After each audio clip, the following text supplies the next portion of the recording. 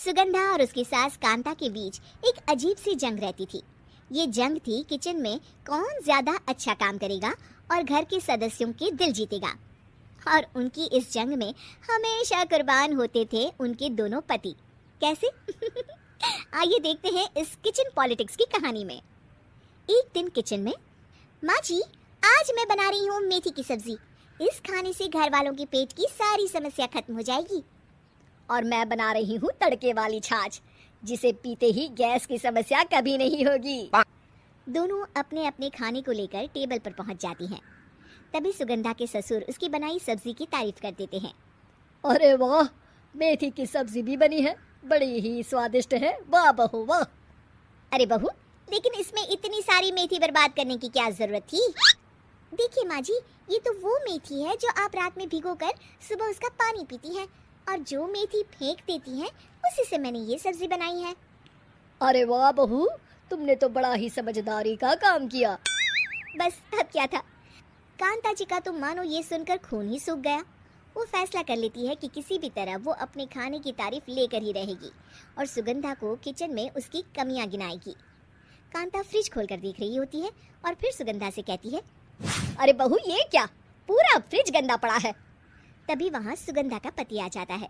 वो सुगंधा को डांट कर कहता है, सुगंधा, तुम्हें कितनी बार कह रखा है कि वायरस फैल रहा है, साफ सफाई का पूरा ख्याल रखना है, लेकिन तुम किचन में इतनी गंदगी रखोगी तो कैसे चलेगा। सुगंधा सास की तरफ देखती है जहाँ वो मुस्कुरा रही होती है।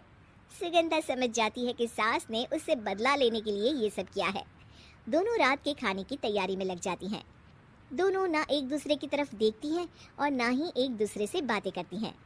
रात को खाने की टेबल पर एक एक कर दोनों कई तरह के अलग अलग व्यंजन टेबल पर लगा देती हैं और अपने अपने पति के पास जाकर खड़ी हो जाती हैं। अरे खाइए जी खाइए, मैंने बड़ी मेहनत से बनाया है। प्लेट में वो खाना डालती हैं। सुगंधा भी दोनों की प्लेट में खाना डालते हुए कहती है, बड़ी ही मेहनत लगी है इस खाने को बनाने में। हाँ, दोनों को ना चाहते हुए भी सारा खाना खाना पड़ता है। कहीं दही तो कहीं मलाई तो कहीं मसाला।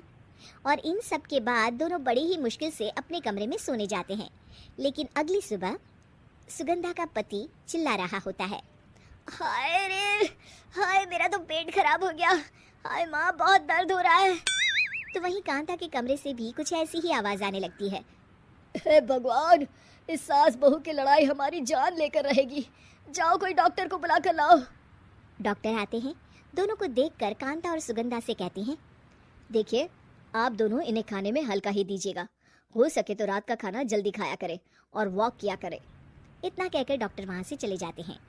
जिसके बाद एक बार फिर से दोनों बहुएं किचन में जाती हैं और खाना बनाने में लग जाती हैं। रात में खाने के टेबल पर दोनों एक बार फिर से खाना लगाने लगती है। पापा जी, मैंने ये पतली मूंग की दाल की खिचड़ी के साथ ये पापड़ और पुदीने की चटनी भी बनाई है। अरे बहू, अभी अभी बेचारे पेट की बीमारी से गुजरे हैं, इतना भारी खाना तो डॉक्टर ने भी मना किया है ना। देखिए मैंने आप दोनों के लिए सूप बनाया है। और दोनों उन लोगों की प्लेट में खाना डालने लगती हैं। तभी दोनों एक साथ बोल पड़ते हैं, बस करो, हमें माफ करो, हमें नहीं खाना इस घर में, ना खिचड़ी और ना ही सूप। हम इंसान हैं, एक वक्त में एक ही खाना खा सकते हैं। बस करो, हमें माफ करो, हमें नहीं खाना इस घर में, ना खिचड़ी और ना ही सूप। हम इंसान हैं, एक वक्त में एक ही खाना खा सकते हैं। इतना कहकर वो दोनों वहाँ से चले जाते हैं। कहानी का अंत।